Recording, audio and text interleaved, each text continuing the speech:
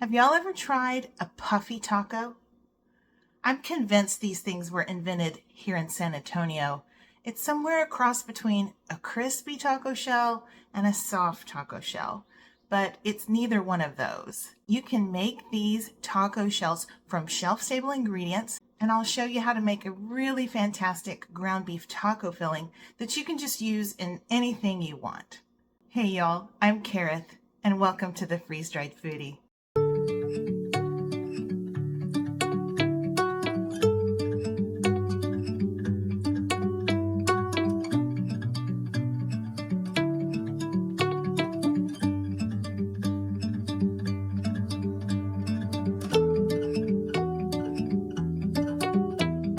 In April every year, the city of San Antonio, Texas has an 11-day-long party they call Fiesta.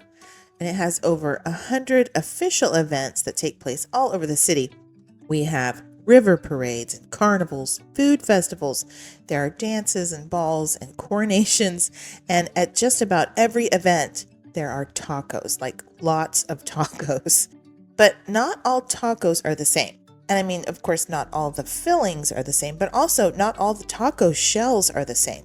Crispy corn tortilla shells are probably the most common, what people are most familiar with in other places. But in San Antonio, we also like soft flour tortillas, soft corn tortillas, like the things you might see with a street taco. But also, we like our puffy tacos, which are made by frying fresh masa dough. It's different than regular crispy taco shells, which are fried corn tortillas, and the corn tortillas are already cooked. When you fry fresh masa dough, it puffs up in the oil, and you get these unique, soft, and somewhat crispy shells, and they're nothing less than addictive. So in honor of Fiesta, today I'm bringing you a meal in a jar recipe for both the puffy taco shells and the ground beef taco filling. I'm starting with a pint-sized jar. I'm going to make about 8 taco shells. That's probably enough to feed 4 people with 2 tacos each. You want 1.5 cups of instant corn masa mix. That is different than cornmeal. Those two are not interchangeable, okay? You have to have that specific product. And then just some salt. That's it. Those are the only ingredients in the puffy taco shell mix. So most of the time I don't actually put it in a jar. It's just 2 ingredients. But anyway, I'm showing you that you can. Now let's move on to the taco meat filling. You're going to need to pulse in the blender some ground beef. Please don't skip that part. It's really necessary. It makes for a much better taco filling.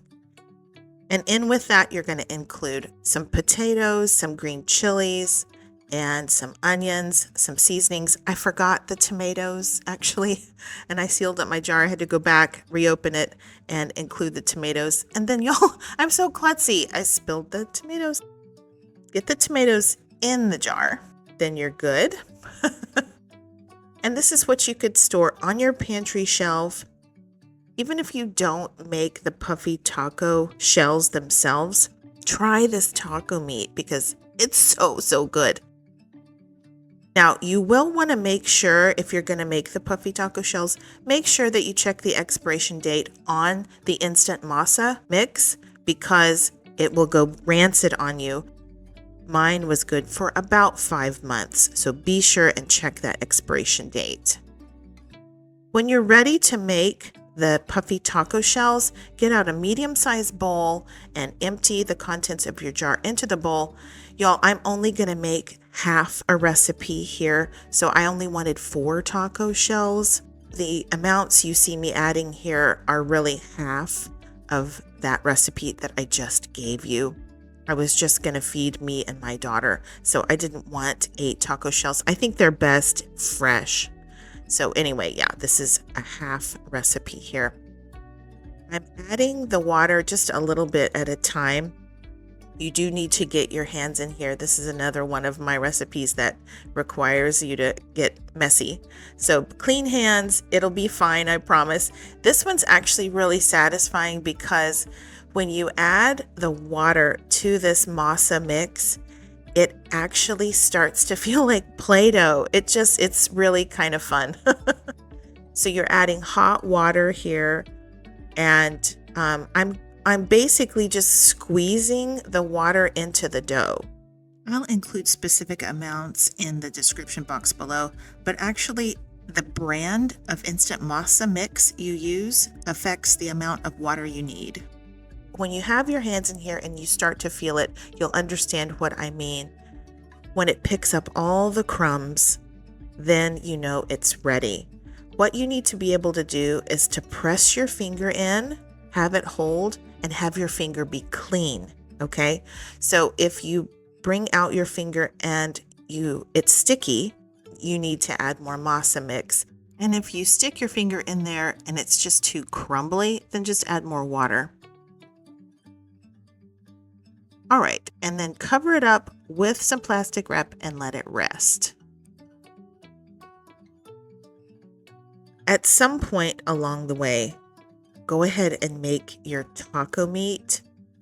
And like I said, I'm just doing half of a recipe here. So I've only added about 3/4 of a cup of water. If you're making the full recipe, you'll add closer to 1.5 cups of water.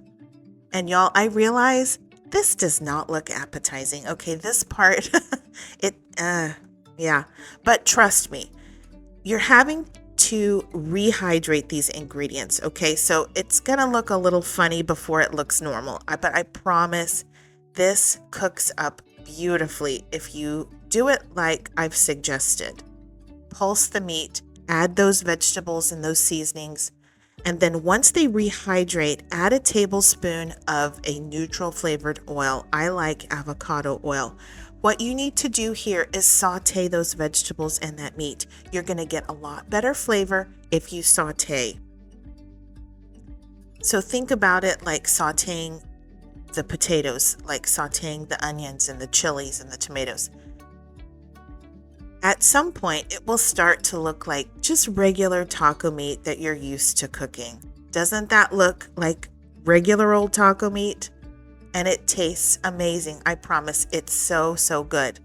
So when it gets to this point, go ahead and give it a taste. Check and see if you need to adjust any seasonings. Mine was perfect. I thought it was great. I like a really robust flavored taco meat, so that's the kind of seasonings I have included in my recipe. I'll put the full recipe down in the description box below. I like to roll it into a little bit of a log just to help me make sure that my little balls here that I'm making are the same size. I want equal size balls so that I have equal size taco shells. And they're about the size of golf balls. And you just want to make sure you keep things covered so that your dough doesn't dry out. This is a tortilla press. I got this at my local grocery store for $5. It's a lot easier if you have a tortilla press. If you don't have one, you can press this between 2 cutting boards. But you're going to need some plastic to make sure that it doesn't stick. That is a gallon-sized bag that I trimmed to be the right size for the tortilla press. And I reuse that. I just wash it, let it dry out, and then I reuse that same bag every time I make tortillas. I like to press it one side, flip it, and then press it again just to make sure it's even. And it's super simple if you have a tortilla press. I highly recommend you get one of those. The tortillas are going to be nice and thin. It's about the thickness of a quarter. So that's what they look like. And then you want to keep them in some sort of a container with a lid just so they don't dry out. I found that warmer, that's called a tortilla warmer. I found that at a garage sale for $1, and I love it so much. Those are just pieces of parchment paper that I'm keeping on there to help keep the tortillas moist. And you just rinse and repeat, keep going until all of the balls have been pressed into the shape of a tortilla. See? That is just a really nice thin tortilla dough, not too thin to where it will break or tear on you, but thin enough to where it will fry up pretty easily and pretty quickly. And you'll want to make sure that you have put on some oil to heat on your stove. That's a medium-sized pot, and I filled it up about halfway with a neutral flavored oil, but it needs to be good and hot, but not too hot. So on my stove, it was a 6 out of 10. You need to see a really vigorous sizzle, and it needs to float to the top. If it doesn't, it's not hot enough, okay? The masa dough will immediately start to puff, but you have to help it along. Get a spatula or something and kind of splash that hot oil up onto the top. You cook it for about 1 minute per side. After you flip it, then get a spatula and just kind of shape it into the taco shape by pressing that spatula into the middle and kind of just holding it there. This whole process is very fast. Like I said, about a minute per side, tops, maybe more like 45 seconds per side. It does not take very long, and you'll have really yummy taco shells. You just want to make sure you're very careful when you're frying in hot oil. Make sure there's, no kids running around. Nobody wants to get splashed with hot oil. Go ahead and drain the excess oil from the taco shell and then put it on some paper towels to drain some more. And then you just need to continue with that same process. Place it in the oil. It will immediately start to puff, but help it along by splashing that hot oil onto the top.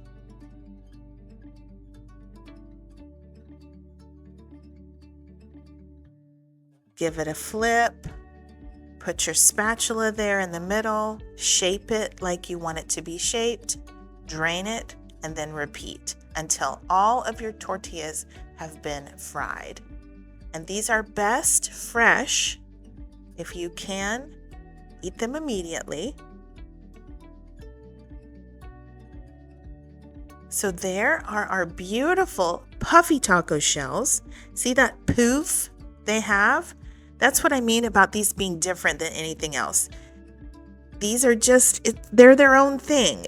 They're not like a crispy shell. They're not like a soft taco. They are their own thing.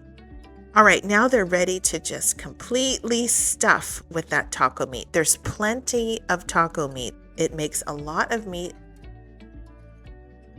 And then you can top these however you want. My husband likes them with just meat and cheese, maybe some salsa. I like it with everything. Give me all the things. I want sour cream. I want guacamole, tomatoes and lettuce and salsa, cilantro, everything. I like it all. They're gorgeous. I love the look of tacos. They're just so vibrant and bright with all of the toppings here.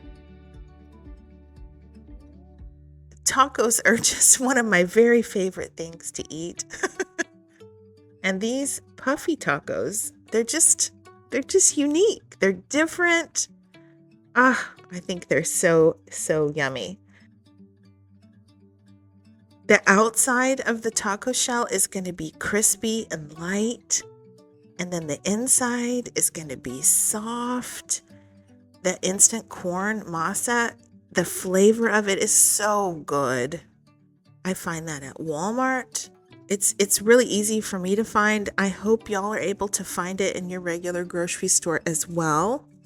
Now, it might seem strange to you to include potatoes, chilies, and tomatoes in the taco meat, but around here, that's just how we do it. And the creaminess from the potatoes and the flavors from the veg just help to elevate these tacos. So here we go.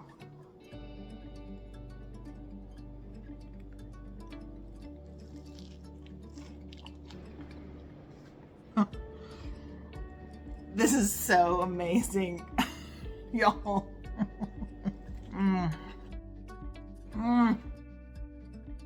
If you try this, you will not regret it. The results are fantastic. The taco shells themselves are so good, so tasty. Slightly crispy on the outside, soft in the middle. They're different than anything else. But the taco meat in the middle, it's so good. Even if y'all don't use the Puffy taco shell mix, use the taco meat because it's fantastic. You can store crispy taco shells for a good while on your pantry shelf and just make this taco meat to go with your crispy taco shells. It would be super good. But I love the Puffy tacos. All right, guys, thank y'all so much for watching. I appreciate you. God bless you.